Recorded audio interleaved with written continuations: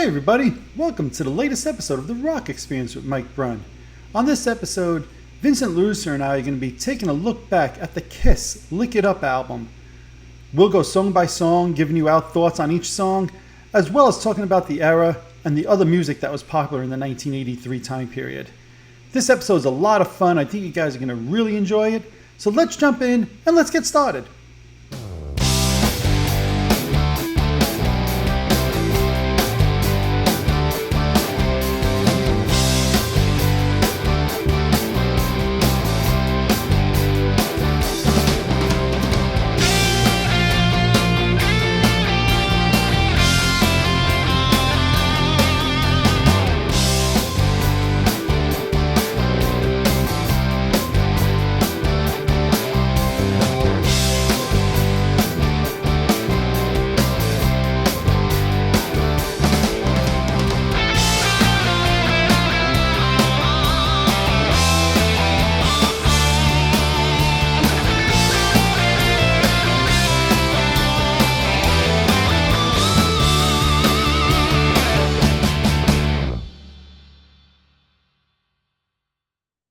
Hey everybody, welcome to the latest episode of The Rock Experience with Mike Brunn. Today I am excited to have back with me my buddy, my partner in crime, the man who's doing lots of dances over there. Please welcome Mr. Vincent LaRussa. Oh, wow. Well, yeah, come on. Come on now. You have to throw in a little boo. All right, that's true. That's true. It's kind of what I'm used to. Makes me feel at home. That's right. Oh man, Yeah. we've been talking about doing this for weeks, and I'll say you and I have definitely been a little roasted this summer. So I'm excited that we finally get a chance to do one of these again. Yeah. Yeah, no, I was always, as usual, looking forward, and usually I'm poking you to do these things, and I Yes. know you had given me a heads up maybe a month or so ago. It's like, be prepared to do this one, an episode on this and an episode on this. And I'm like, all right, this is great. This is exciting, because we love talking about records, especially Kiss records. And we haven't done this one before. So this will be as Paul saying, this is gonna be a treat. It's gonna be a real treat. Oh man. And for the first person who knows what I'm talking about, they get a free Dexter's t-shirt. Ooh, oh, don't You put promise no, something. I'm serious. You put it in the comments. Whoever says it first, I'll find out who it is. You give me your address. I will send you a Dexter's t-shirt. Well, why don't you tell people? I don't know if you want it. Why don't you tell people what a Dexter's t-shirt is? Because they might be like, "What the hell is a Dexter's t-shirt?" The Dexters are. Well, hold on. Just for the record, okay. I don't have a Dexter's t-shirt. Well, priorities. Now go ahead. What is a Dexter's t-shirt? Well, you will. I have one reserved for you, my friend. Okay. And obviously, we haven't seen each other since May in physical form. We've talked, and maybe we did one other. I think we might have done one podcast. Yeah. So I do have one, but the Dexters are very quickly. This is not about the Dexters, although I did wear the shirt.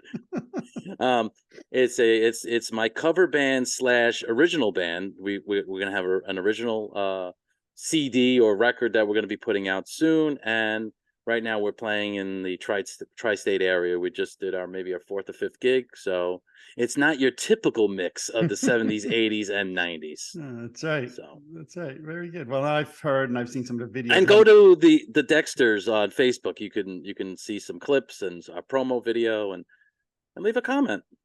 And I will say this: everybody pause this right now and go do that.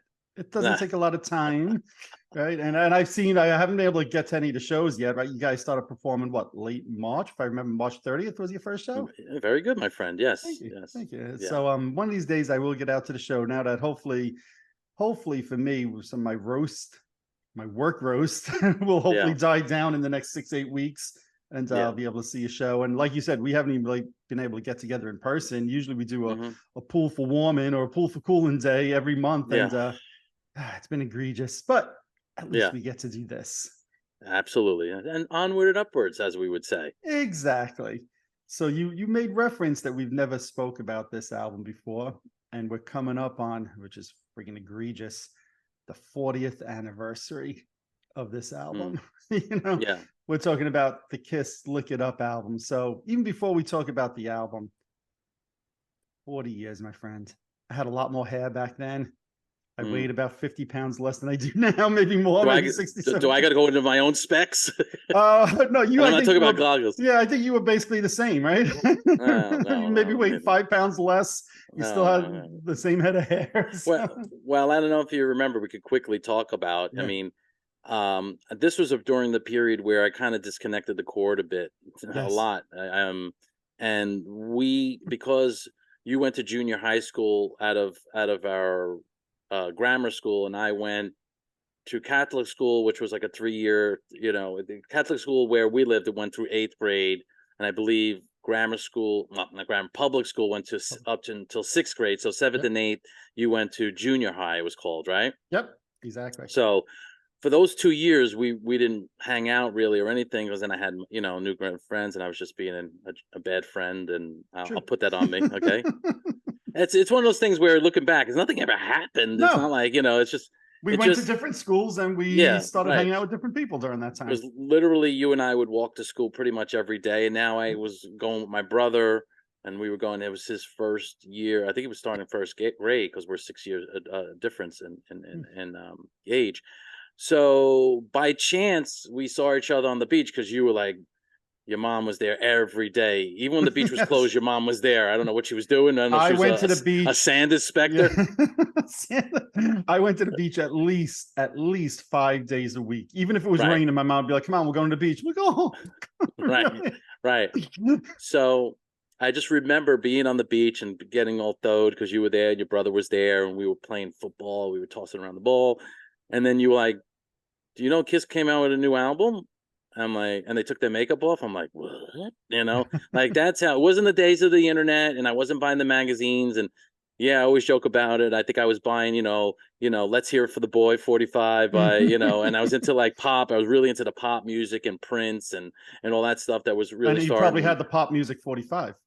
I did. I actually did. I did. Pop music. Pop. I still have my 45. Yeah. What the name of the band was? M. Yep. Yeah. The band. M yeah. Mike. Yeah. Exactly. But at that point, I wasn't. I hadn't been listened to. I don't think I was even, because that was 83 or 84, 83. I'm not sure. Well, Lick It Up came out in September of 83. So if I saw you at the beach, that either had to be probably like late August, early September, right before the album came out, which I don't think it was. Or it might have been early summer of 84, and the album might have been already out for like 6 months. Which is crazy that I didn't know that, Right. And I'm trying to think, because I remember very specifically when I first heard Pyromania, and then heard Rat Out of the Cellar, because that was like, oh no, I did have when did Come On Feel the Noise come out? That was 83. Okay, so Metal I did Health have was that 83. 45. So I was already, that was like the first dip into the heavy metal pool. I wasn't listening to anything from, and then also my friend Brian, who, in 83, he introduced me to like British Steel, a Blizzard of Oz, and Motley Crue, I think Shot at the Devil. So I had again a little bit of a taste of the metal, which started this whole monster metal, for the next 7 years or 8 years or whatever it was. But anyways, long story short, you were like, long story short, it's already a long story. I'm not really making any long shorter. story, make it a little longer. Long story longer. You said, hey, why don't you, after we get back, come back to my house and we'll listen to the record. I said, okay, cool. And I remember being all throwed, get the sand out between my toes and stuff like that. Got back to your house, immediately saw the cookie jar. I'm like, oh, this looks like a nice place again. Maybe I got to revisit this place. Oh, that's right. Yeah, the Archway cookies. Yeah. And so, and then you played the record for me, and then that kind of got my interest. And you may or may not have, I don't remember, had like the video from MTV. Maybe you went to your cousins or uncles or somebody. Probably not. I don't think so. Yeah. Because I don't think I had a VHS player at that point yet. Okay, I saw that. You see, I may have seen maybe, it. No, maybe I did. No, now that I think about it, I did have a VHS player, because I would watch American Werewolf in London, which I don't remember what year that was, but it must have been 83, 84. 81, 82. Was it 81, 82? I saw that in the theaters. Yeah. Okay, yeah. So I remember watching that all the time at home. So I did have a VHS that I haven't recorded. I would have had to go to my mom's friend's house on Long Island that had. Yeah, but knowing MTV. you, come on. Sure. Was that a stretch? No, that's not a stretch. you know. But you know what? I'm glad this is where you start, because it's where I wanted to start also. Like all the different bands that were coming out at that time, right? And you just touched on Mm-hmm. a few of them, right? So Motley Crue, which was late '83 into early '84, but that's the time period for Lick It Up. Lick It Mm-hmm. Up came out in September, and the tour went into the next year, right? And I remember getting into Motley Crue in like January of '84 when I saw them opening up for Ozzy. You mentioned "Come On, Feel the Noise," right? And Quiet Riot was, and the hair metal, to me, started Mm-hmm. with Quiet Riot, right? One of the bands I was getting very into at that time also was Night Ranger, and Midnight Madness had come out in '83, right? And I remember being all Mm-hmm. thoroughly thrilled over Sister Christian and When You Close Your Eyes, You Could Still Rock in America. I mean, I was very, very much into that album at that time. Mm-hmm. Pyromania, Yeah. big album at that time. You know, even Iron Maiden, I had liked a number of the Beasts, and now they had Peace of Mind coming out also, right? Metallica was putting out Kill 'Em All. I was not a Metallica fan at that time, but my point is, at this point, listen to all those band names we're saying. Now they're all classics, but all of these bands were kind of just getting started for the most part, Mm-hmm. right?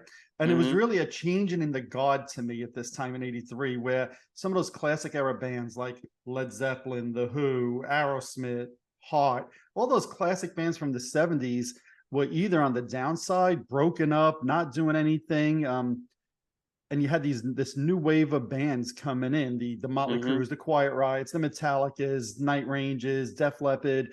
And to me, it was an exciting time for music. But you kind of think about where Kiss fits in. Kiss fits in probably more so with the Aerosmiths and Hearts and Led Zeppelin and The Who from the '70s era. So it's that transition period, and Kiss is kind of going through a change themselves as well, right? And think about Mm-hmm. even the Creatures of the Night album did not do well at all. I know Kiss fans love it now, but the tour and the album was a train wreck for them. And it's definitely an interesting time to look back and realize, how music was changing during that time period. '83 is a big change in music. Yeah, I think Creatures of the Night itself, suffered in the sense not only very quickly, Yeah, because of where Kiss went from Unmasked to The Elder, and just like the interest had waned, and I just think the music industry wasn't quite there yet with the whole metal thing, and indeed. yeah, I mean, I've always credited Quiet Riot with Come On Feel the Noise as really the launch pad for Def Leppard, and then Rat and the Motley Crue, and all the Yeah, popularity that came from that one song. indeed. I really don't, and I'm not saying that something from British Steel or whatever, some of the records that precede that, is that the right word? Am I done that I think so. right? Still early, folks. So wasn't better or worse or whatever the case may be, or as relevant, so, but yeah, what a good time though. I always see it's so funny when I think back, like if you can turn back time and go back, That was a few to that. years later, but Yeah, yes. exactly.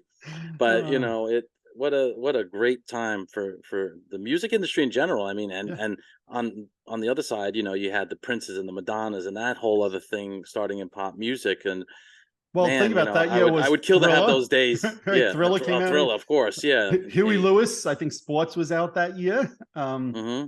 Obviously, the Police had Synchronicity, so, and Journey was big at that time also, right? So, I mean, there's Mm-hmm. just so much great music at that time, not just the Mm-hmm. hard rock and heavy metal that we like. Obviously, AC/DC was doing very well at that time also, but it was just a freaking, ZZ Top, I think also, Mm-hmm. right? I Mm-hmm. think that Yeah.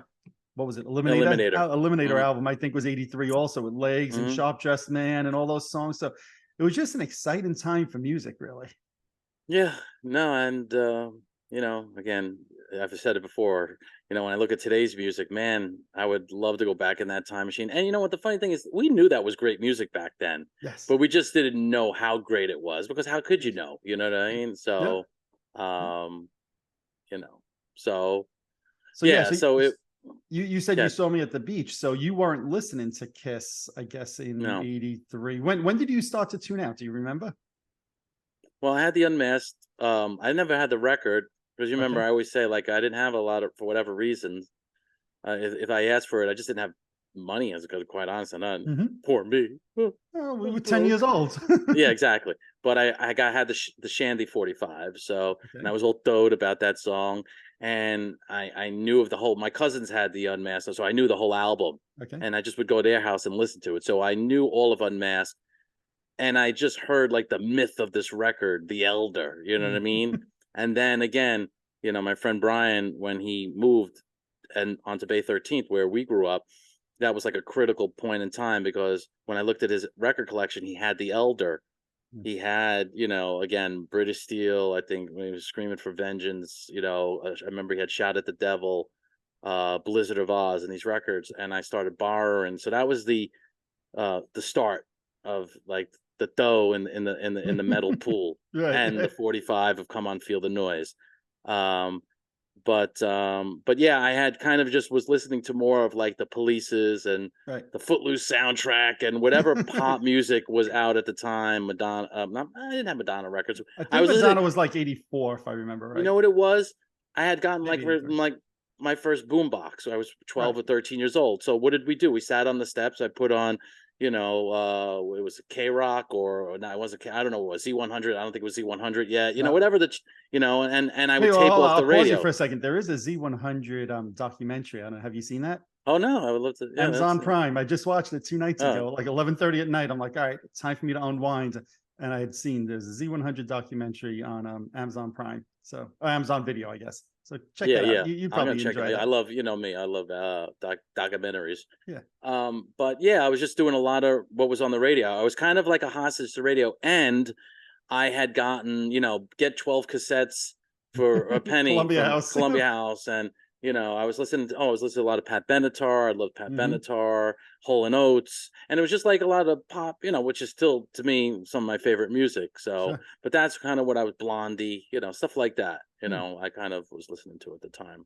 And then you ran into me on the beach. and I Greatest was day like, ever. of course it was. and then Yeah, I was yeah, like, ooh, listen. yeah. Do you remember? Because I'll be honest, I don't remember playing that record for you, and I know you've shared that story with me in the past. I don't remember that day. My apologies. Mm. But do you remember listening to the album in my room that day, and what your thoughts that day was? I was more fascinated by the album cover, quite honestly, than Mhm. anything else, because I had not seen. It's like, what did I live in a bubble for 2 years or one Right. year or whatever it was?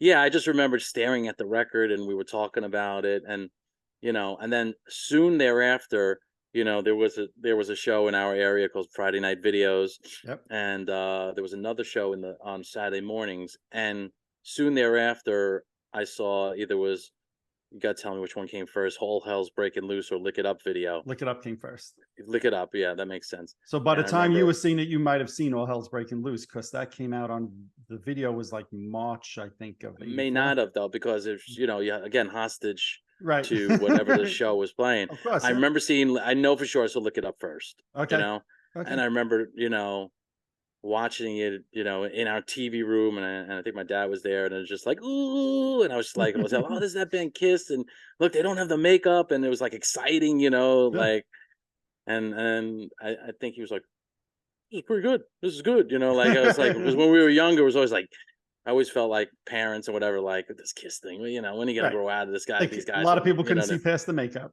right? Yeah.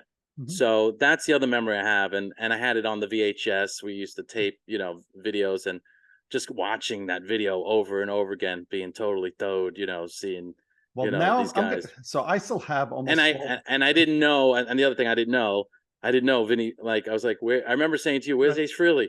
Right. You didn't know Vinnie Vincent was in the band. So Yeah, I was like, "Who's this Vinny Vincent guy?" when we're done recording this, I'm going to look. I still have, believe it or not, all my old VHS tapes from 40 years ago. And Yeah. I know for a fact I have a VHS tape that has the Rock Palace on it, which was Sammy Hagar, Ozzy Osbourne, and Rat. And I liked Ozzy Mm-hmm. at the time, so that's why I recorded it. And that's how I got into Rat, and that's how I got into Sammy Hagar from that performance. I know that videotape has Ozzy on Solid Gold doing Balk at the Moon, right? So we're talking Wow. this. Yeah, this is Really? like, yes. That So exists? I gotta find yes. that one. So we're talking, this is like early 84 time period. So I wonder if that videotape has the Lick It Up video on it, which Most is likely it maybe does. what I showed you. So now I'm gonna have to go back and look. Like I said, I have that video right behind the closet door over there. So I'm gonna go look for it after this conversation. So, I choose that closet door right there. okay. Well, I Yeah. will look for it later on. That is for sure. The Yeah. interesting thing for me as a Kiss fan at that time is I stuck it out through Unmasked. I stuck it Mm-hmm. out through The Elder. It was when I got Creatures at Night. I don't understand this. I had no problems with The Elder as a kid, But when Creatures of the Night came out, and I've shared the story on the show before, and I heard I Still Love You, I'm like, that's it. I'm not a Kiss fan anymore. Mm, I don't understand the thought process mm, there at all. But 82 into 83 was the first time I kind of tuned out to Kiss. And when I heard they were taking the makeup off, I got all excited. I'm like, ooh, I want mm-hmm. to see this. And I asked my mom to buy me the record right across the street from where she worked. What was it? Record Factory, I think was the name of the place. Record And Hut. Record Hut. Thank you. Record Hut. Yeah. Yes. And so I know I got the album Lick It Up, if not the day it came out, certainly the week it came out. And I might have even had it a couple of days before it came out. Yeah, My you mom always had that hookup. Yeah, I You always always had had that that hookup. hookup. Rod Stewart always hooked you up. That's right, exactly. Oh man, For but those so people don't know what I'm saying, I the always guy looked reminded us like of Rod. Rod. Yeah, I don't Yeah. think anybody actually thought Rod Stewart was working in Record Hut on 86th Street Might have been. in 1983. But Not hey, a you bad never side gig. No. England, go to England to Brooklyn, you know. Oh man, so I Yeah. know that I got that album during that week of September 1983, no doubt about it, and I instantly became a fan again. The album resonated with me instantly. So it's kind of funny how, for whatever reason, Creatures of the Night I did not connect with at all, and then 13-year-old me thought Lick It Up at the time was great. So it brought me back into the fold, the album. Yeah. Yeah. Well, Mm. why don't we take a journey through the whole album? Kind of go song by song, right? We're going to rank each of these songs on a scale from 0 to 10, right? And I always like, Okay. we haven't done one of these in a long time, right? So I Yeah. like to say this, 10s are for all-time greatest songs, the classics, and to me, I'll just say for myself, songs like a Deuce or a Black Diamond or a Strutter, those are it. Not every friggin' song on the planet is a 10. You could like a song and it's not a 10, right? Mm-hmm. So to me, that's what a 10 is. Anything really 8 or 9 are classics, stone cold classics. Sevens are very good. When you get 5 is average. 5 is the middle of the road. 5 is average. Below 5 is a below average song, right? So just to kind of level set these grades, so that this way, when somebody says this is a 6, somebody's like, how could you say that's a 6? Keep in mind, not everything in the world is a 10. It drives me crazy when everybody rates everything 10, 10, 10, 10. Yeah. Now, maybe for some people it is. Maybe they're going to say, gee, I love the song Dance All Over Your Face. It's a 10. It's my favorite song on the planet. Nothing wrong with that. But not everything in the world is a 10. Right? Yeah. And you would agree. And I will say my numbers, as always, are always subject to change. I may have felt this way this morning when I gave it another final listen and said, let me listen to this again. I hadn't listened to the album top to bottom, and this is how I felt being in the mood I was in this morning. A good mood, but again, now I look at the numbers and I could go either way with some of these things, but just let me just state that, what I say today. And I don't think you're going to go anywhere from like, gee, I gave this a 4 and tomorrow I'm going to give it a 9. No. We're talking minor tweaks one way or another, which is of course normal for these kind of things. And we've had discussions before, and you're like, how could you say this? And when this song, and I'm like, all right, maybe I'll change that number now. Right. We might have a little of that too, Right. So I forget what you did that we were talking about, like a pop song, and I think it's a Bruno Mars song, and you're like, that song is like a 9. I'm like, so you like that song as much as Black Diamond? And you're like, all right, good point. So maybe it's not a 9, and there was nothing wrong if you stuck to your guns. You said, no, I actually do like that song as much as Black Diamond or Deuce. And I'd say, okay, then a 9 it is, but we got to try to keep that in mind as well. But now I had a couple of songs on this album that I just, and when we get to them individually, I'll talk about it, but I didn't know 100% where I wanted to zero in on, but we'll talk about that when we get to those songs. So all right. First song out of the gate, Exciter. Why don't you go first, my friend? This is a great starter for a record, in my opinion. In my opinion, I talked this morning.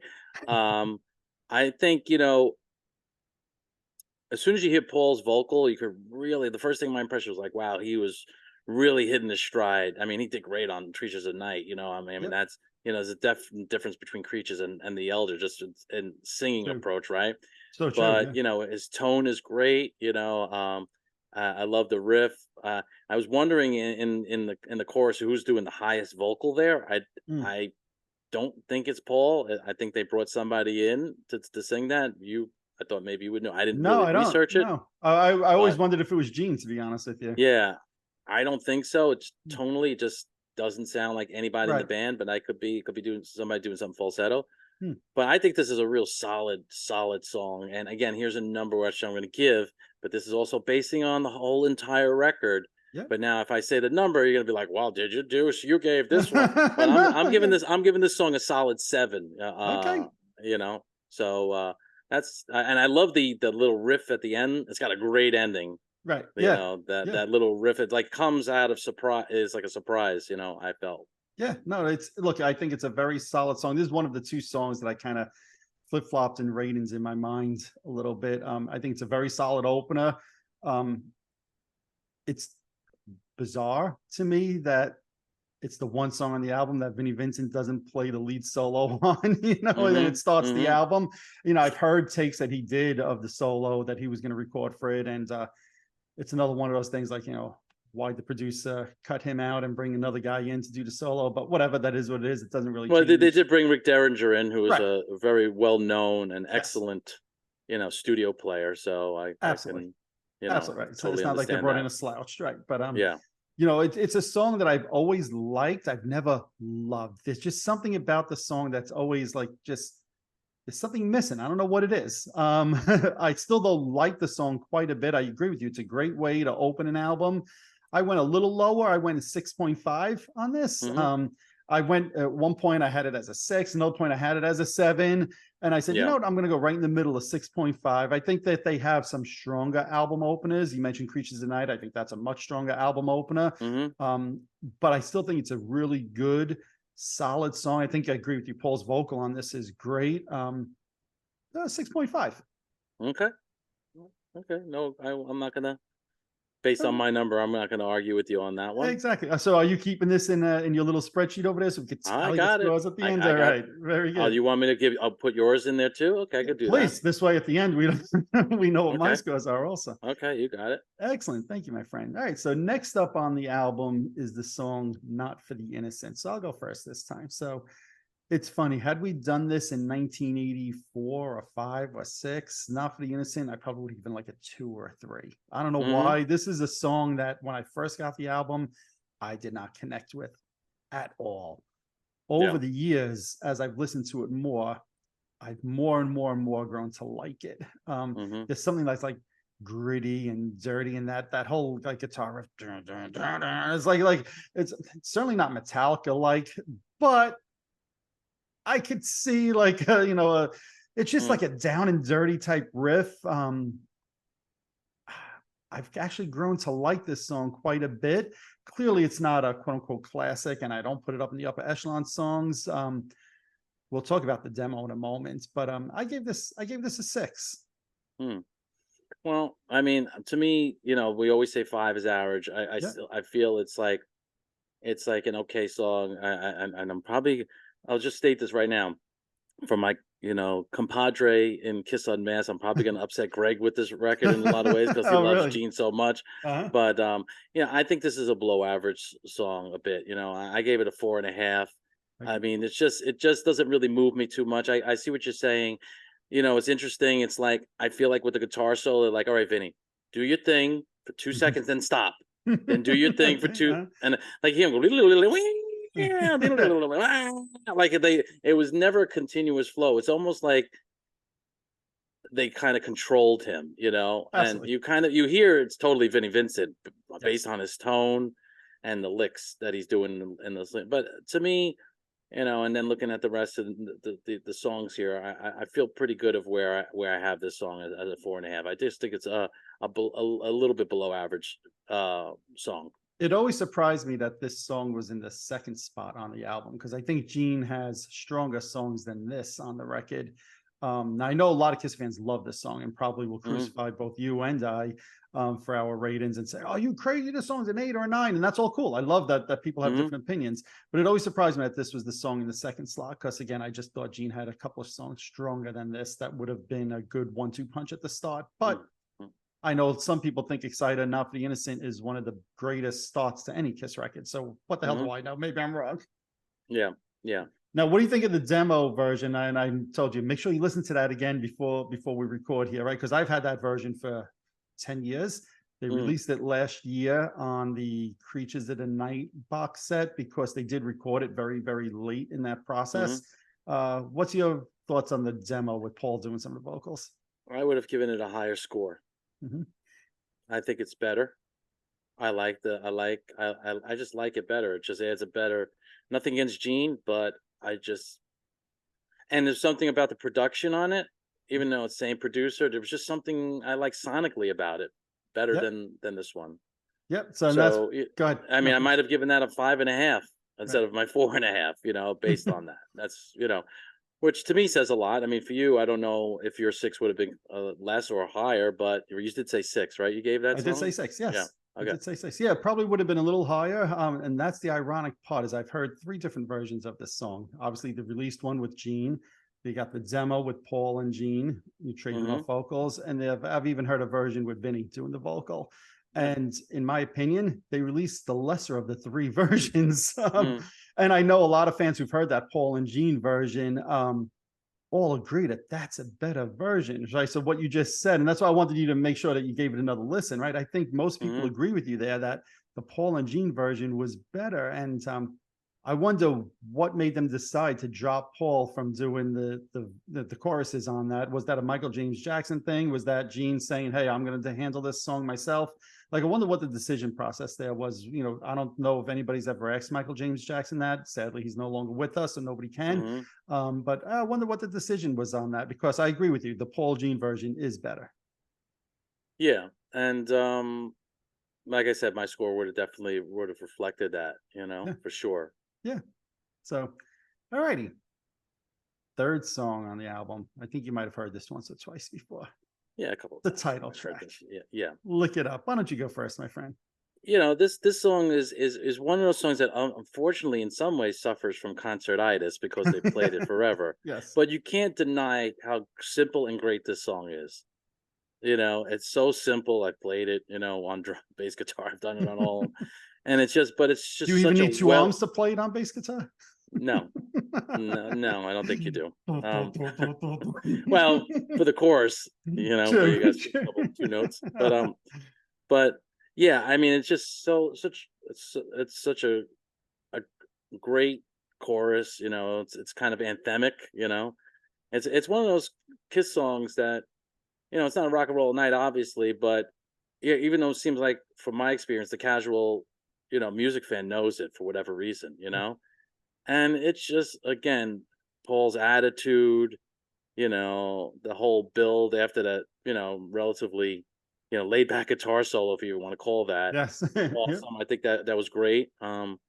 It's just a great rock, metal, pop tune, and it stood the test of time. Yep. I think what they do in the concert. They've tried to do, well. They not to try. They have done stuff like with the Who thing, and Yep.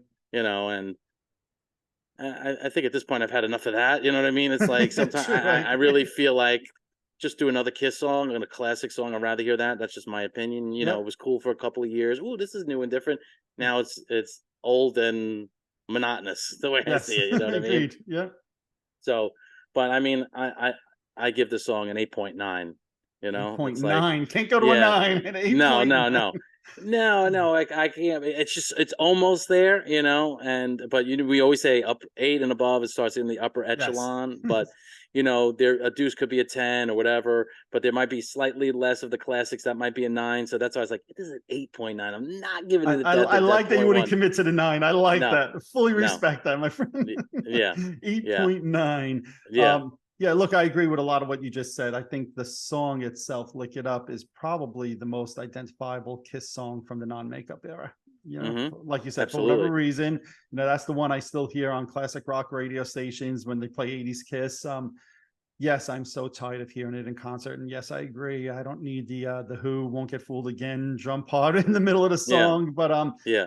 there's no denying that the song has stood the test of time. It's 40 years. I personally like the live version better than the studio version. The studio Mm-hmm. version just drags ever so slightly to me. It could have used a little bit more, tempo in it to Yeah. me. But there's no denying that it's a great song. It's like you said, it's a simple song. I love when Vinny shares the story that he was writing this song. He presented it to Paul, and Paul's like, I don't know about that song, you know. Yeah, And right. then he Yeah. presented it to Gene, and Gene was like, "Oh, that's good. You should show that to Paul," you know. And I know I can say with 100% certainty that that's a true statement, that what Vinny has said there, to the point that I think even Gene probably deserved a writing credit on the song. But saying that, imagine if Paul would have just stuck to his guns and said, yeah, we're not going to pursue that song. You know, Mm, I wonder how the 80s would have been different for Kiss, because mm, this was in some ways maybe the single most important song for Kiss of the 80s, because like we said before at the start, the Creatures album did not do well.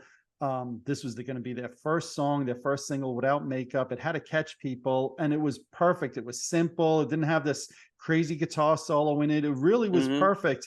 You know, I'm going to go with it with an 8.5 on this. And probably if we were talking live version, I'd go a little higher, maybe closer to your 9. I got to knock Mm-hmm. it down just a slight bit because I just feel the tempo drags ever so slightly on the studio version. But I have to put out of my mind the fact that this song is so overplayed and tired. It's still the perfect song at the perfect time, and it's really a really good song. So 8.5. Okay. And the one thing I know you told me to mention, you're like, make sure you watch the video Yes. so I want to comment on that. And I just had to check something that I just remember again, seeing the video for the first time, I talked about earlier. And it's interesting. I love that they took like 40 seconds Yes. for Agreed. you actually to see the band. Yes. And then as soon as you Perfect. hear lick it up, it's like boom. And they, brilliant, brilliant idea, Agreed. And I just remember saying, "Look at Gene he's trying to be scary and just trying like." And Gene has said that he struggled a lot, when they took the makeup course. He didn't really know kind of how to be, with the whole Yep. demon thing. But at first, Gene tries to kind of look a little rough, and then he kind of lets, Menacing. yeah, menacing, yeah, right. And then he smooths out a little bit. But it's a great video. I just I love this agree. video. I agree. It's and I think I say they filmed it in our backyard. I think it was filmed in the Bronx, from what I Yeah, it was. understand. Yep. So Yep. and the Bronx at that time basically Didn't looked look like that in a like lot of the areas. It's like they didn't have to say, "Okay, light that on fire." They're like, right. "See that fire that's existing right now? Let's Yeah, go just move film the over cameras there. over there. Yeah, yeah, yeah, yeah. See that Oh. burning house with people running out jumping out the windows? Yeah, can we quickly pan to that?" And Oh, you funny but know, not funny. But no, exactly, I'm so exactly. glad you brought up the way they don't show them. They just show their feet for the first like 40 seconds of the video, and then they scroll up for the course. That was so perfect, right? Because that video, if I remember right, was released like the day before the album came out, right? So a Yeah. lot of people didn't have the album yet, and hadn't seen the album cover. Like you said, a lot of people hadn't even seen them yet without makeup. That is just like so perfect. You're sitting there and you're waiting, like, what do they look like? What do they like? You just seen their feet. They just seen their feet, and then finally lick it, and it goes Yeah. up to them. It's so perfect to me. And I happen to like the performance stuff at the end also. I know, like you said, it's like very like in the Bronx and all that. No, it's awesome. It seems natural. It was like such a perfect, in my opinion, first video without makeup. That whole section where they're like having a party and they're eating, I could do without that or whatever. Yeah. But yeah, it's still to me such a perfect video And to it makes me introduce them. hungry. It makes you hungry. It's to me, they really they nailed it in my opinion on that video. Yeah, and it's so funny. I just went to the video and I'm just reading some of the comments here, and this is Okay. from the Kiss's official site. One person writes, "One of their most introspective, deep, and personal songs." This is so funny. What? Yeah, a message to future generation. Don't let this beautiful masterpiece die. Okay. All right, I love it. It's just so. And then somebody writes, "This is probably one of the most simple but greatest riffs I've heard in rock," which I agree. Yeah, It's so simple, and it's just an awesome. The way. I mean, it's brilliant in a way. Don't I should know the lyric. Don't want to wait till you know me better. mhm. It's basically saying "lick it up" on the riff of the. Hold on. You really should know this because you did get to sing it on stage with Vinnie Vincent once. I did. That's what. Yeah. Right. Exactly. Uh, So, and of course, yeah. I mean, I do have some more of a connection to the song now that might have etched my score up a little bit. So, did you give this an 8.5? Is that what you I said? gave it an 8.5. Yes. Okay. All right. Yep. Yep. So, I'm gonna put Live that in version, I there. would have gone higher, but Yeah. all right. Okay. Fourth song on the album, Young and Wasted. Yeah. Yeah. Do you want to go first? No, you go All first. right, I'll go first. This is a song I actually love on the album. I love the riff. I said before how Not for the Innocent, I was surprised was the second song on the album because I think there's some better Gene songs. And for Mhm. me, this is one of them. That riff, Young and Wasted riff, I think is great. I love it. Mm. To me, I love the energy of the song. I love Gene's vocal. It's very demon-esque, I'll say. Mhm. It's just, to me, it's a fun song. I know Eric eventually started singing it in concert on the Animalized tour. I don't know why that change happens. Nothing against Eric. I like his version also. And I wonder if there was ever any talk of him recording the vocal for the Lick It Mm. Up album. Never heard anything of the sort. So I'm going to say probably not. But I really, really, really like this song quite a bit. You might be Mm. surprised. I'm going to give it an 8. Wow. Yeah, I Would told you you're going to be never surprised. would never expected that score. Yeah. Yeah, I mean, to your point, what you said, I kind of really got to know the song from the Animalize, because I didn't own the record, the Lick It Up record, even after you graciously played it for me. I didn't own the record. I may have taped it. I don't remember, Right. because soon thereafter, I remember being in Rod Stewart's record store and not really knowing, just going in the browse, and I saw the new album from Kiss, and it had the Animalize, like ooh, and I bought that immediately. Right. I mean, like, and that's what really started my Kiss, the reconnect. Which And then tells me I probably did play this for you in the summer of '84 on the beach. yeah, yeah, Because Animalize came out in September of '84, a year after Lick It Up. yeah, that makes sense. Yep. That makes sense. Okay. Sense or sense. Just we still try Um, to personalize our yeah, we always timeline. try to Yeah. we always try to figure out our dates. Yeah. Um, uh, yeah, so I'm not going that quite that high as you, I my didn't friend. I'm expect you giving to.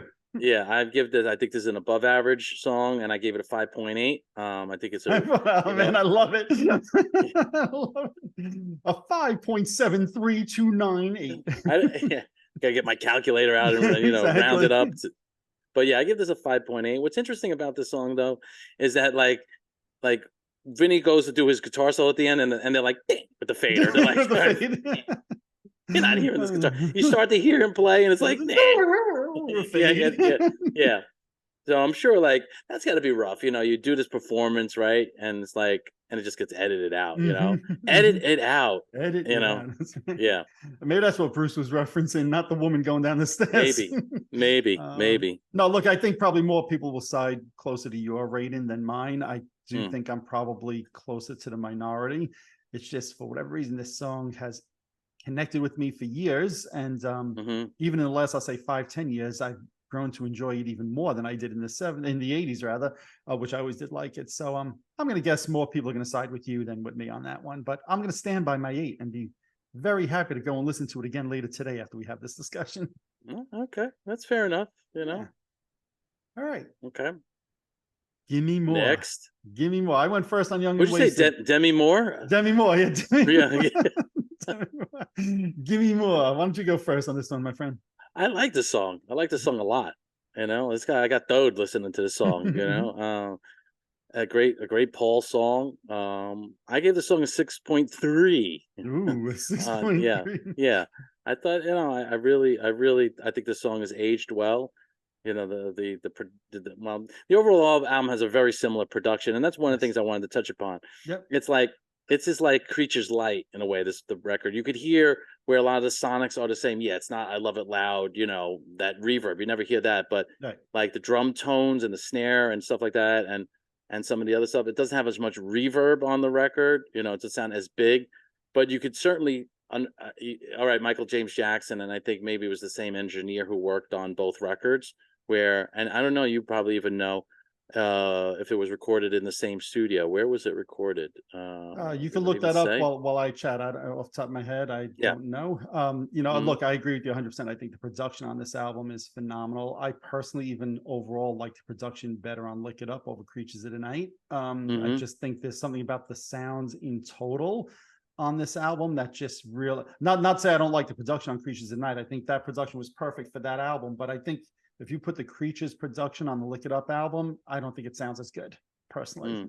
And Yeah. I'll even go as crazy as saying this. I can make a case that Michael James Jackson was the best producer for Kiss. Mm. More than any Interesting. Kramer, more than Bob Ezrin. I certainly will stand by this till the day I die. he was the perfect producer at that time for Kiss. I think if you bring in Bob Ezrin, or maybe Bob Ezrin, or even Eddie Kramer to produce Creatures and Lick It Up, I don't think those albums are as good, personally. I Interesting. love the production. I know I'm being a little controversial here, maybe to some people. I just think Michael James Jackson is extremely underrated for what he did for those two Kiss albums, and the sound and the production on Lick It Up album. I just think I'm hard pressed, and maybe Rock and Roll Over, which is Eddie Kramer, is just as good production wise, but I'm hard pressed to think of a Kiss album I think sonically sounds better than Lick It Up. Yeah, I mean, you know what it is between Lick It Up and Creatures of the Night is Lick It Up is a tighter version of Creatures of the Night. That's what they Yes. basically did with the production. And it does look like they're two different engineers that were used. Okay. And I'm just looking here also. Lick It Up was recorded at Right Track Recording, the Record Plant, Atlantic Studio, and the Hit Factory. Okay. And Creatures was recorded at the Record Plant and Los Angeles record. I don't know, record plant. Maybe So one different locations, it sounds like. definitely different locations. Okay. Yeah.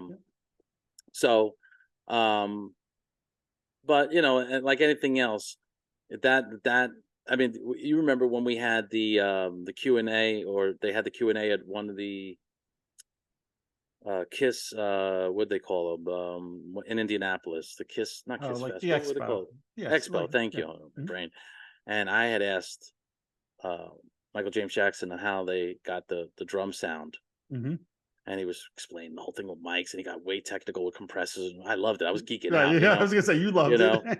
And if you look on Creatures of Night in Wikipedia, you'll see like drum credits for the engineer and assistant to the drums. Like they obviously he brought in more people. Yep. Yeah, I don't see it in the Lick It Up thing, the same people. So they obviously were trying to achieve a sound, and obviously they did something that had never been heard on a record before. And quite honestly, since I know Motley Crue and Tommy Lee was telling Bob Rock, "I want the sound of Creatures of the Night," and that's got its own thing. You know what I mean? But Yes. it's really Creatures of the Night is kind of on its own island, in my opinion, of production. I would agree with that, but I still stand by. I think overall, I like the production of Lick It Up better than Creatures of the Night. Not say I don't like Creatures. I think here. How about this? I think the production on Creatures of the Night fits Creatures of the Night better. Okay, I'll agree And with that. Lick It Up fits that better. If you use the same production on Lick It Up, it's like, you remember that Smashes Thrashes hits when they took off the reverb on I Love It Loud? Just and like, it was brutal, right? No, that's fair print. Fair print. Yes. When I hear,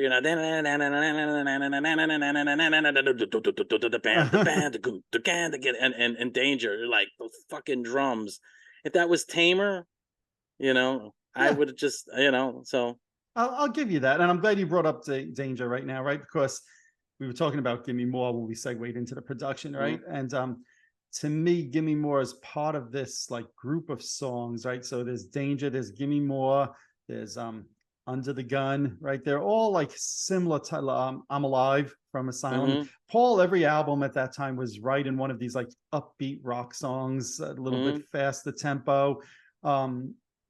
I would say of all of those four songs, I happen to like Under the Gun quite a bit also, but Gimme More might be my favorite of those four. There's just something that just feels so natural about the song. And I know when I saw them on the Lick It Up tour, they did this song. It was the only tour they did it on. And I always thoroughly enjoyed this. You gave this, what, a 6 point something, a 6.3 or 6.4 or something like that? 6.3, yes. 6. Yeah, so this was one of the songs I went back and forth on also. Remember at the start, I said there was two songs. It was Exciter and Gimme More that I went back and forth on. I actually think I like Gimme More a little bit more than Exciter, so I went with a 7 for Gimme More. I probably could have gone with like a 6.7 if I was doing like you did or something like that. But yeah, maybe I'll go with a 6.8. Put me down for a 6.8, not quite a 7. Okay. And just for the record, I give Demi Moore a 10 in the movie Striptease. Okay, well, Demi Moore, that's a whole other thing. What about in Ghost? Ghost? No, she had that bowl haircut. I don't know if I like that. That's why I mentioned that one. Ghost. Ghost.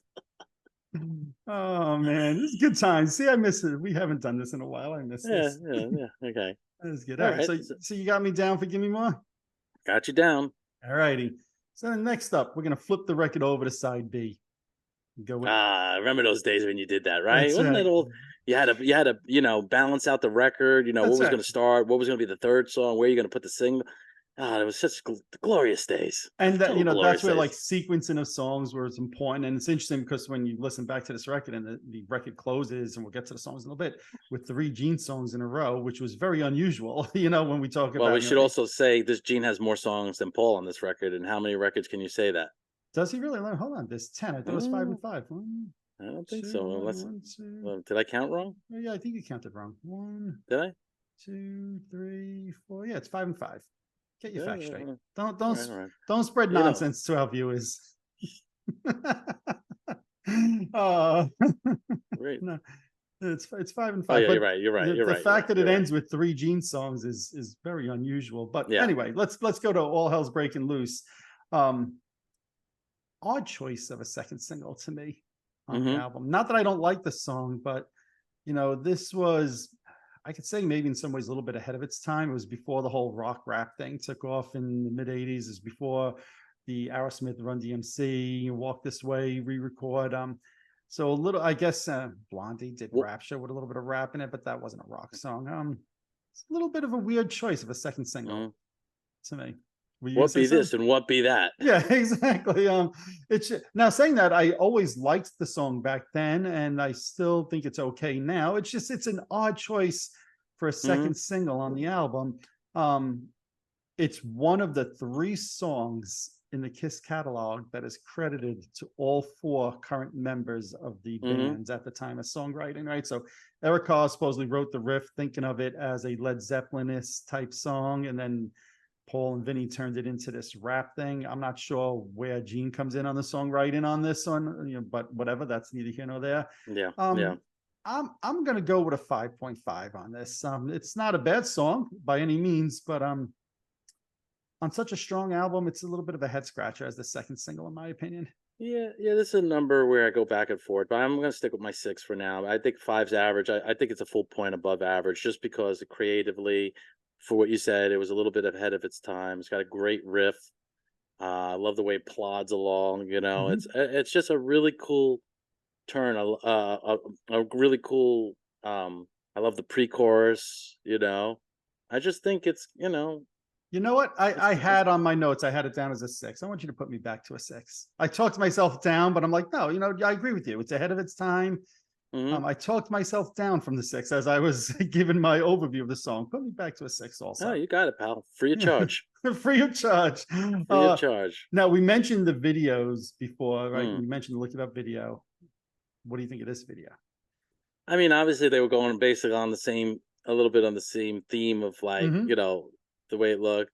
Is that classic point where I think Gene punches somebody or does something that's classic. You should, what I mean? It's just like, I mean, it's fun. I think it's a fun, it's a fun video. I love both these videos, Yeah. and I think probably more so. Again, it's their first videos without makeup. How are Right. they going to look? What are they going to do?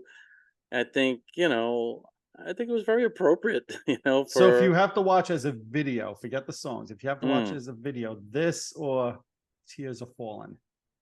oh, Right, Tears Are Falling. They're in front of that volcano. It's just mostly a performance type video. I think I Wearing gotta all have those a more. colorful suits. I think it's got more. It's got a little bit more charm. That this video, "All Hell Breaking Loose," is got a little, almost I say comedic value to it. Just like, you know what I mean. Does it? Where tears are falling. And see Paul prance around. Quite honestly, I mean, coolest part of that video is right as Bruce going into the water Right, backwards or right. whatever.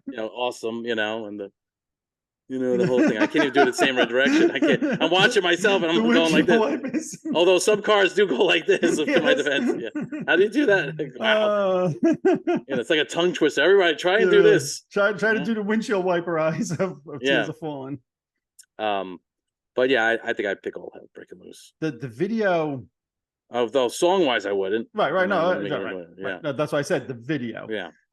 I can never decide for myself if I think the video is brilliant or by far the worst Kiss video. I'm never sure Yeah. how I feel about Yeah. it. Yeah. It's like it's confusing. You got this fight scene going on in there, and I'm just like, okay, well then somebody like throws like a sword and goes right in front of Paul. I'm like, oh, all right, or whatever. You got this person at the start of the video on stilts, if I remember right. It's just like, like what the hell's going on here? Then when they start cutting to the bands during the performance part and they're singing, haven't you heard? There's a new, and they're not even singing. You just see them playing and they're not even singing along to it. I'm like, what the hell is going on here? I can't figure out. And there's something about it. I don't know why. I've always thought this, that really feels like a really cheap version of Pat Benatar's Love is a Battlefield. I don't know why. I don't know why I've always thought that. Which I think Love is a Battlefield was like 4 or 5 months before this video, if I remember right. It's a video I could probably do without. I don't know. It's weird. A weird choice for a single with a weird video to me.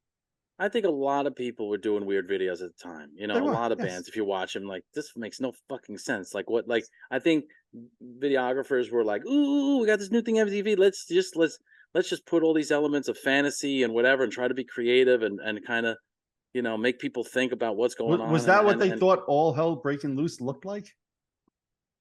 It was pretty tame then. I wanted to see some more hell breaking loose. Well, you got to remember, you know, it was a different time, different era, you know.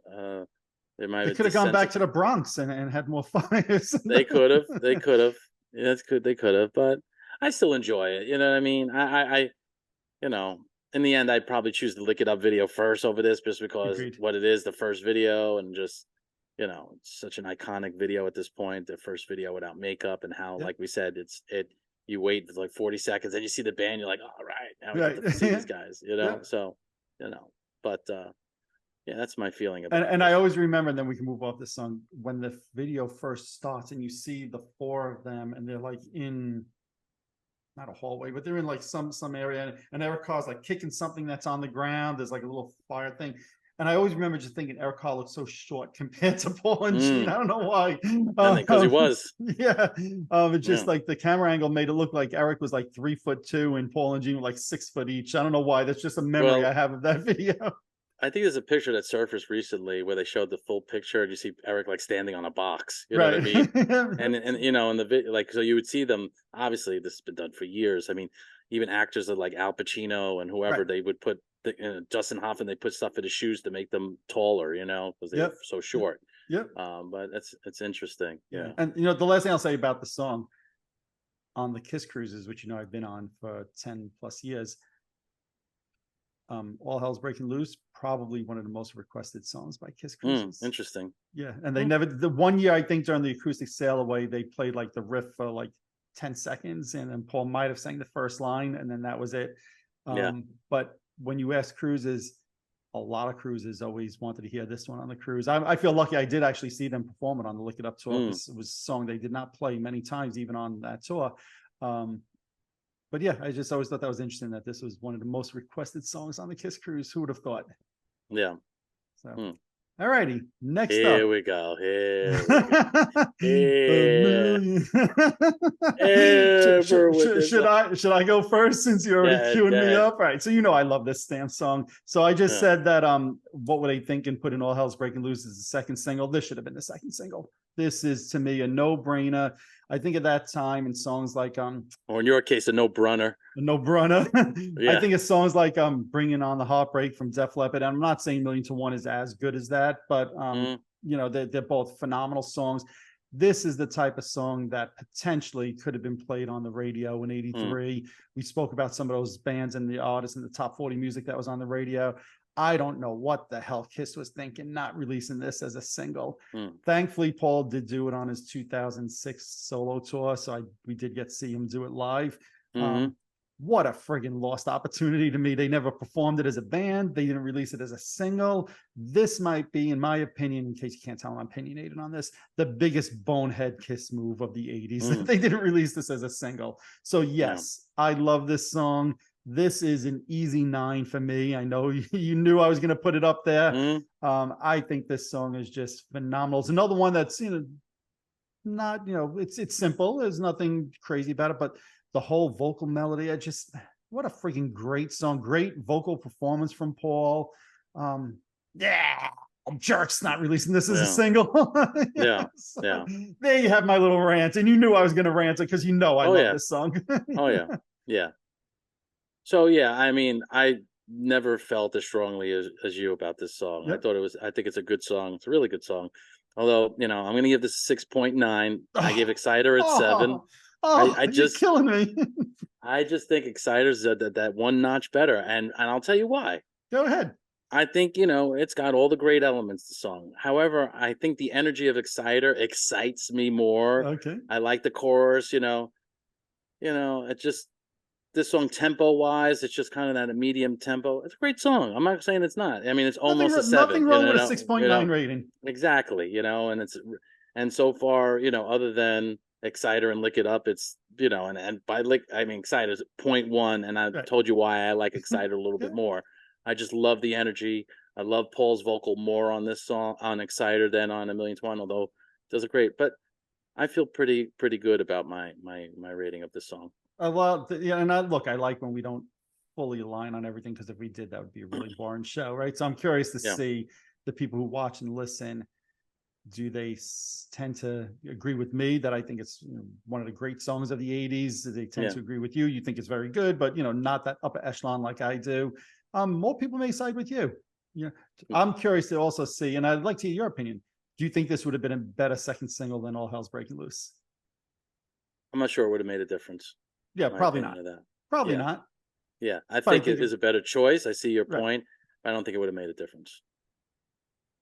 Yeah, parent. Yeah. Yeah, parent. From just like bona fide hit quality, Lick It Up, to me, is the only song on this record that really has that pop rock kind of crossover. I mean, even Bringing on the Heartbreak was never, maybe Def Leppard wasn't, they weren't really a known band at that time. Right. They hadn't hit Pyromania yet. Bringing on Heartbreak's a great song. I don't know if you said, I think it's a better song. I like it better than A Million to One. Yeah, I would say I like it better. And in fairness, Yeah. look, I want to be fair. When Bringing on the Heartbreak was released first from High and Dry, it did not do great. It was only when it was re-released after the success of Pyromania that it became which a hit. happens Right? a lot. Right. Yeah. That's right. So I want to be fair there, but I just think A Million to One, that type of song, potentially had a greater chance of being played on radio, on MTV, than A Million to One. Then All Hell's Breaking Loose. Well, what's interesting about this is you gave this a 9, right? Yes. So let me just do my research. So, all right, where does this song to you compare to another song that you really like, Magic Touch? I think I like this better than Magic Touch. Okay, so you give this a 9, and what would you give Magic Touch? An 8. Okay, all right, just curious about that. Yeah. Yeah, because I see I like Magic Touch better than this song. Okay. Yeah, no, I think I like this better than Magic Touch. I like Magic Touch also quite a bit, but and I'm glad Paul did both of them on his 2006 solo tour. But I'd probably give a slight nod. That's why, and I kind of brought this up because these were some of these, lost classics of the Paul era, Paul era of Paul written songs that were never really performed live or at all. They weren't. Look, you can't go wrong with either of those two songs, in my opinion. But exactly, I think A Million to One is just a step above for me. Okay. For me, fair enough. It'll be interesting to see how people react to that one. But yeah, all right, let's move on to the trifecta of Gene songs to end the album. Right, and the first one being Flag, Fits Like a Glove. Right, Flag. I never thought of it that way. Yeah. I'll start with this one for a moment here. I know I started the last one also. I remember when I went to see Kiss on the Lick It Up tour in March of '84. Now, it was, you mentioned this before, it was before the internet. We all know that. I had no clue what the set list of the tour was going to be. Even though it was like one of the last few shows of the tour, I still had no idea of what the set list was on the Lick It Up tour.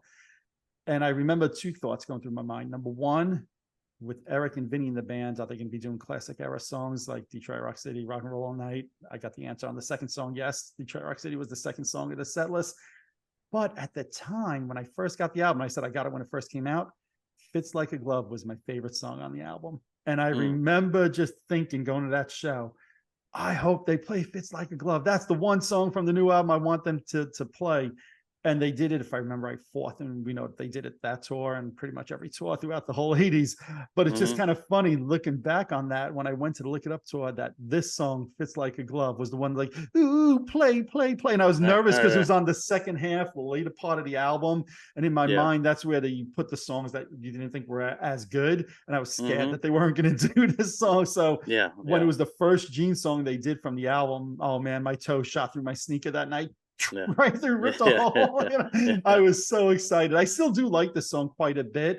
It is for me another one of these, I'll say, quote unquote, 80s classics.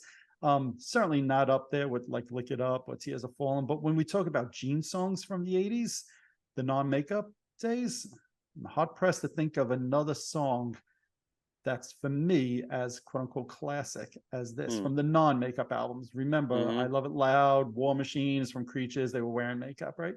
I guess Unholy would be the one, right? But so this is probably number 2. I'm going to give this a solid 7.5. I still like this. I like the riff. I like the breakdown, or when I go through. I'm going to stay with a 7.5. I think this is a really solid tune. Okay.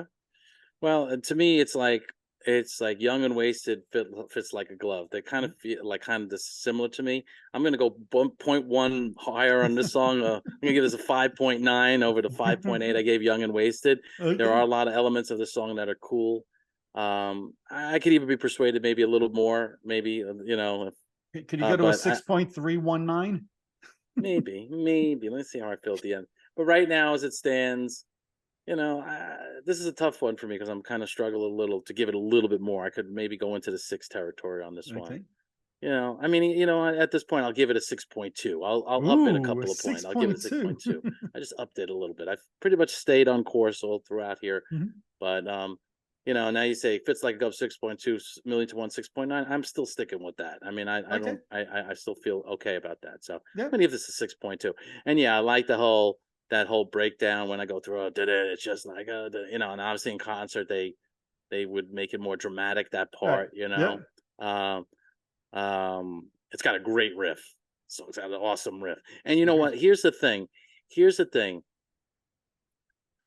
I probably would give this song a higher rating if Kiss Unmasked played the song, if I had to perform it.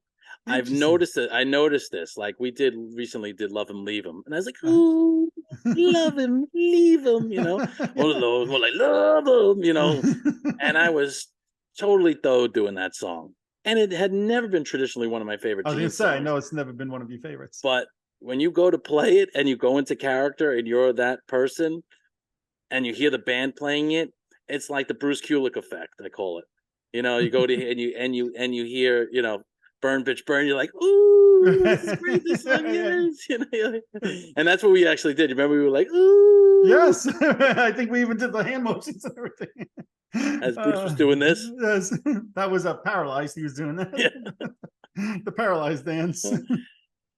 Bruce, if you're watching this, I don't know if you have 2 people who are more a fan of you doing your dancing, and any song. You can do it any song. That's right. Anyways, but it is one of those songs. It's just like, and I've noticed that doing other songs in that band and doing the whole Gene thing, So and I mentioned the songwriting before with All Hell's Breaking Loose being, all 4 members of the band. And we'll see how many other people know what the other 2 songs are that are credited to all 4 members. But this song, Fits Like a Glove, correct me if I'm wrong, I think you're looking at it, is only Gene Simmons credited. That's correct. If I'm not mistaken. And there's not many songs in the catalog. Off the top of my head, I know Deuce is credited to only Gene. Calling Dr. Love is only Gene. There's not many songs in the catalog that are credited to only Gene. So for me, as a Gene only co-write, this is up there. I think this is underrated. What did you give it? I gave it a 7.5. Okay. All right. Let's move on to the next, I think also solo Gene songwriting credit on the album. Don Solo Over Your Face. What do you think of this one, buddy? Not one of his best. Not one of his best. I know Greg probably would give it a 10, knowing my friend Greg, our friend Greg. Yeah. But I mean, this is a below average Gene song to me. It's not brutal. It's not anywhere near. There's been far worse songs. Yep. But I give this song a 4.3. That's, I think it's, I can listen to it. It's not like, oh my God, this song is, this is horrible. This is Mhm. brutal to listen to. But I get a feeling I'm going to be in for a lower than my rating here. I feel like No, you know what? So this is the weakest song on the album by far. agreed, agreed. So I'll agree with you there. It's a shame because I'll say this. I know that they were even dabbling with an Eric Carr vocal song for this Mm-hmm, album, which would have been better than this. But that's another whole thing, the way mm-hmm. they treated Eric and not giving him vocals. Um, Gene was notorious for having these kind of, I call them generic type songs on albums. They So were like they we were kind of mid tempo. It was always like yeah, that same yes, Gene tempo, mid tempo song that just didn't really kind of friggin' move you and propel you in a certain way. It just agreed. felt very, Agreed. linear. You know. 100% agree with you there.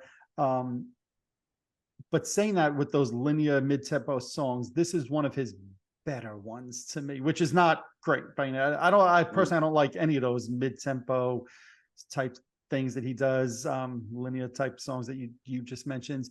I'm going to go with a 4.8 on this. It's just okay. slightly below average. It's tolerable, which I don't know what to make it that I say it's tolerable.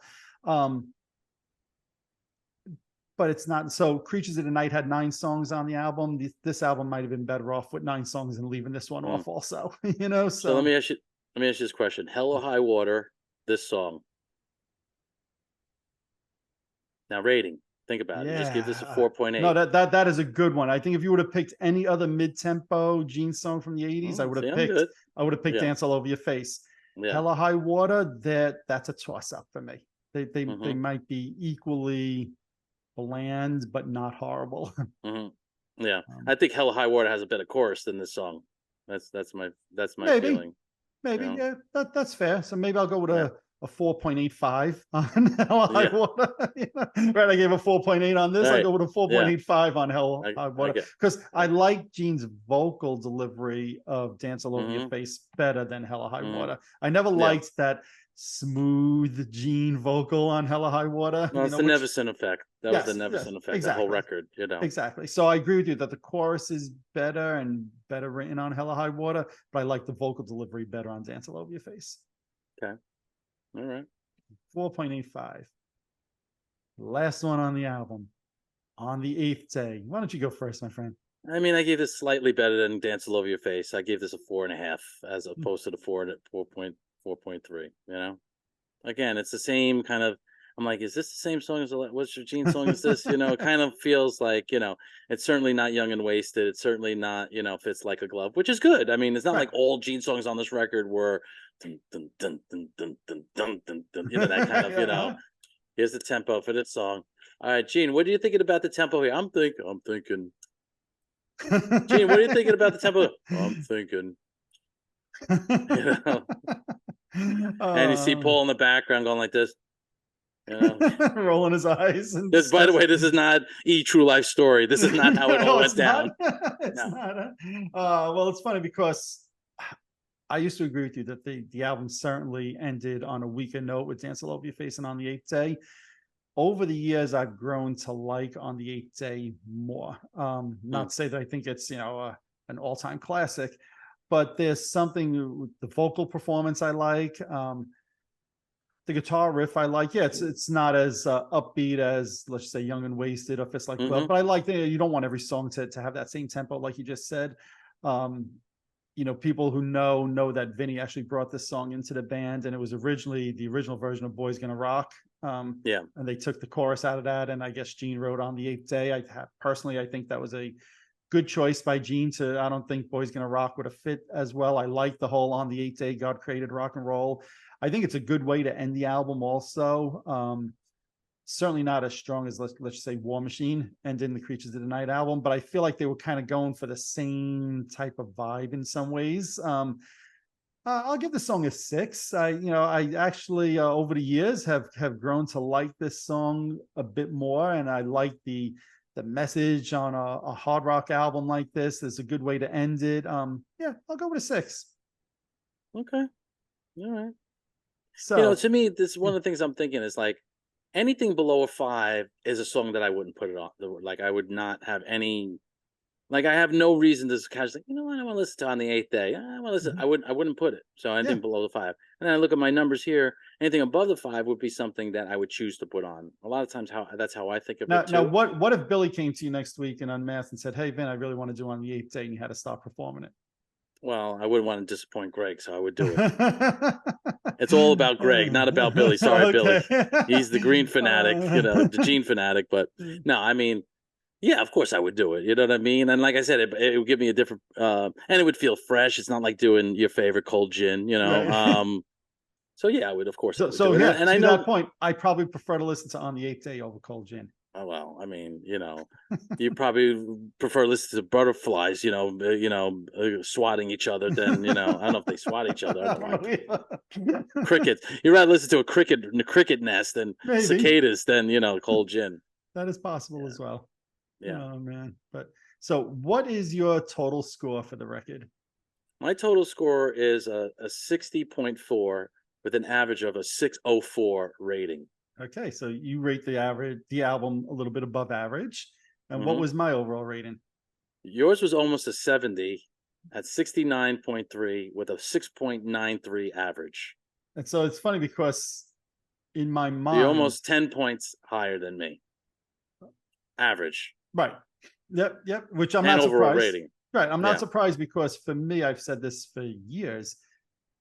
Lick It Up might be my favorite non-makeup album. And what I think is to me very fascinating about the album as a whole is that, yeah, there's a couple of standout tracks, Lick It Up and for me, Million to One. But what I love about the album is that it's pretty solid for me through and through. I would say, all the quote unquote album tracks, Exciter, Now for the Innocent, Fits Like a Glove, Young and Wasted, they're all just really good songs to me. Except for Dance All Over Your Face, there's really not a clunker on the album, which is, why I say song for song, this might be one of my favorite Kiss albums because every Mm. Kiss album has a clunker.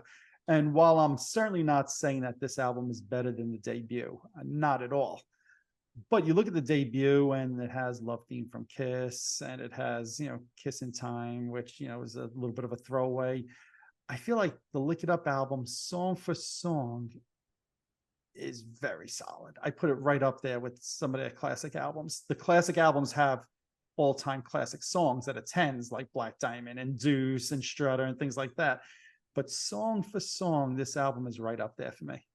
You see, I totally disagree with you on I this, know like you do. Siskel and Ebert, because to me, there's songs when you weight the best of Rock and Roll over the best of Love Gun, even the best of Creatures of Night. I just think it's a better record than this record. And I mean, I'm just looking at Creatures of Night. When I see Creatures of Night, I Still Love You, I Love It Loud, War Machine. Right off the bat, there's no other 4 songs. Did I say 4 that are better on Look It Up than those 4? But To for me, me, Creatures has Rock and Roll Hell, which has always been a yeah, throwaway track. yeah. Killer. So to me, if I'm ranking the 19 songs of Lick It Up and Creatures, Rock and Roll Hell, maybe even Killer, are the bottom songs.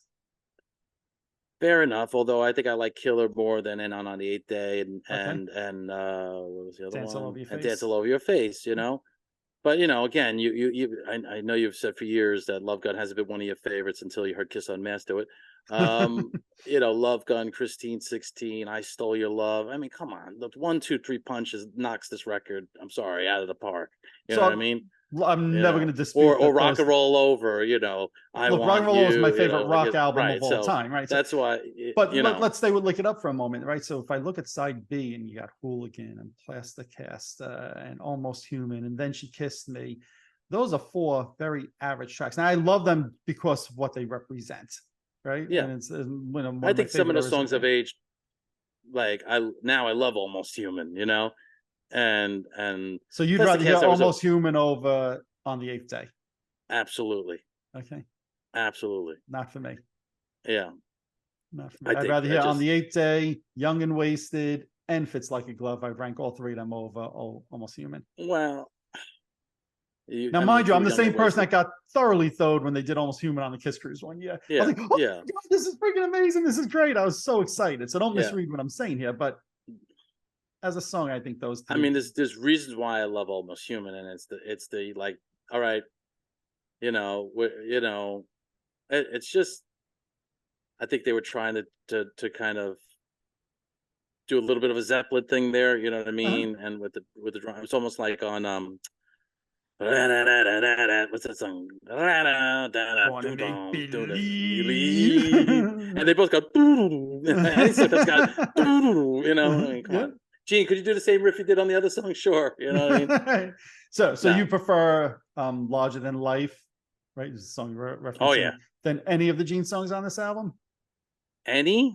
Yeah. I mean, certainly, and on the eighth day, dance all over your face, not for the innocent, right off the bat. Yes. Okay.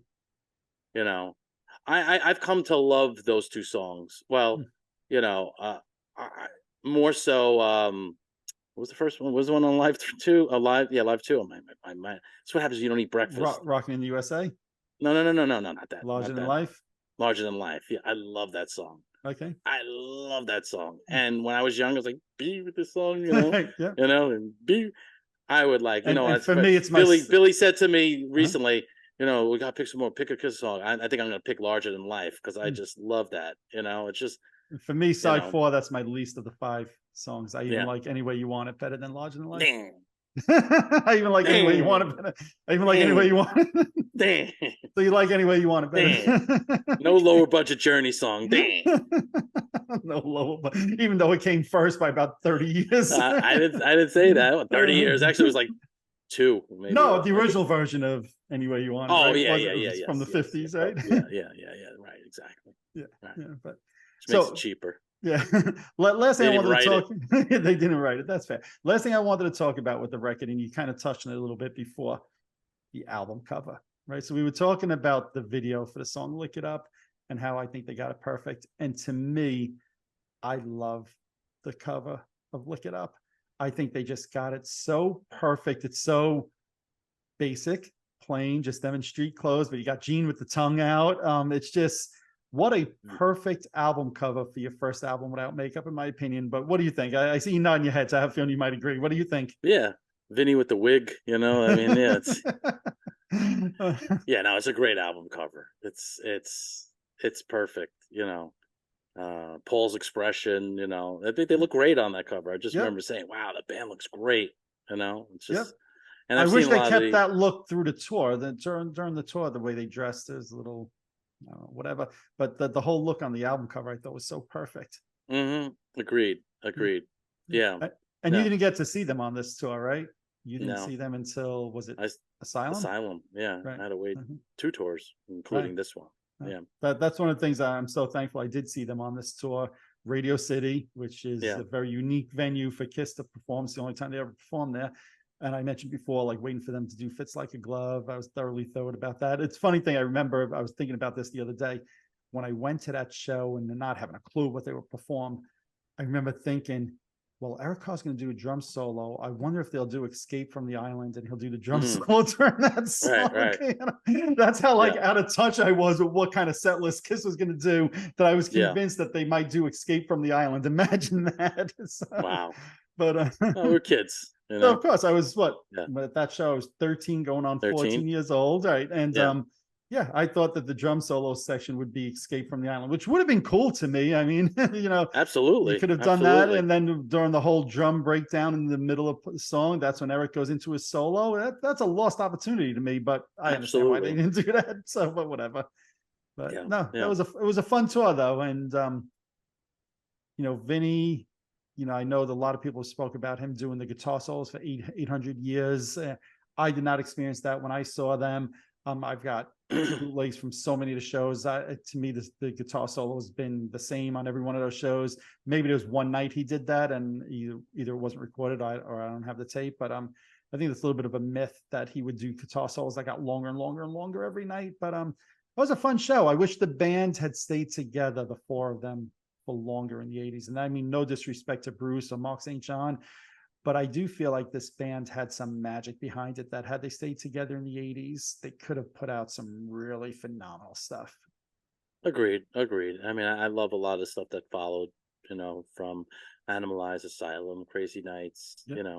But it's hard to argue or go against saying like Vinnie Vincent's songwriting contributions, whether it be Creatures, Lick It Up, or Revenge, Yeah. But yeah, I agree with you. I agree with you on that. Well, I'll be curious to see what the viewers and listeners think going through the songs. We'd like to see your rankings, your reviews. Do you side with myself? The right answer? Do you side with Vincent? The wrong answer? There's only one right answer here, so people get it right before you make your comments. Just because it's your show doesn't mean. No. No. I'm joking, and we always say that there's no right or wrong answers here, and I'll be curious to see.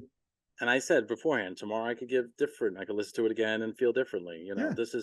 These numbers kind of move around a lot of times depending. Yeah, on but I don't think whatever. you're gonna, like I said at the top, I don't think you're gonna move from a 6.7 to an 8 or a 9. So No. I think your opinion on the songs would remain relative. There was nothing that you said. I think I would have been surprised if you said, "Yeah, Dance All Over Your Face, I'm giving it an 8," something like that. There's no surprises to me.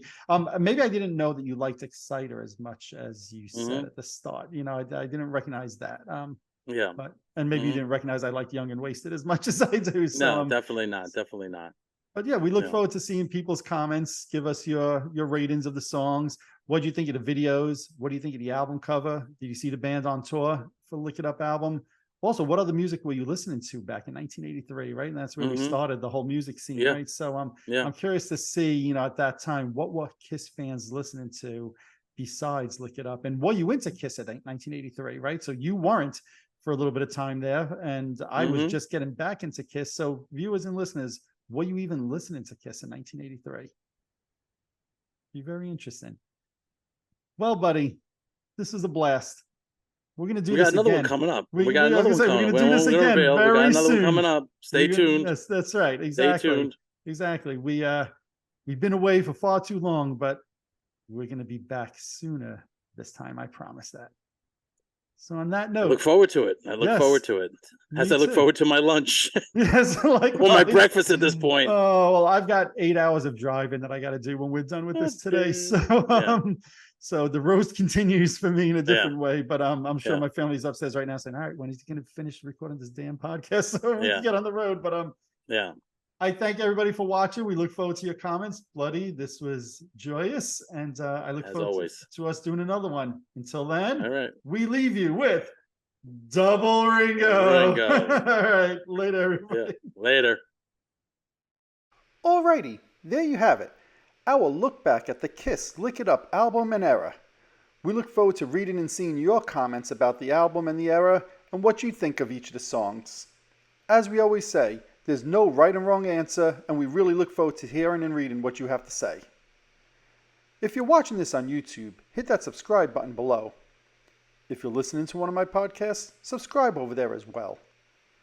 Also, head on over to Facebook and follow my page, The Rock Experience with Mike Brunn, where each and every day we talk about all the rock and roll music that you love.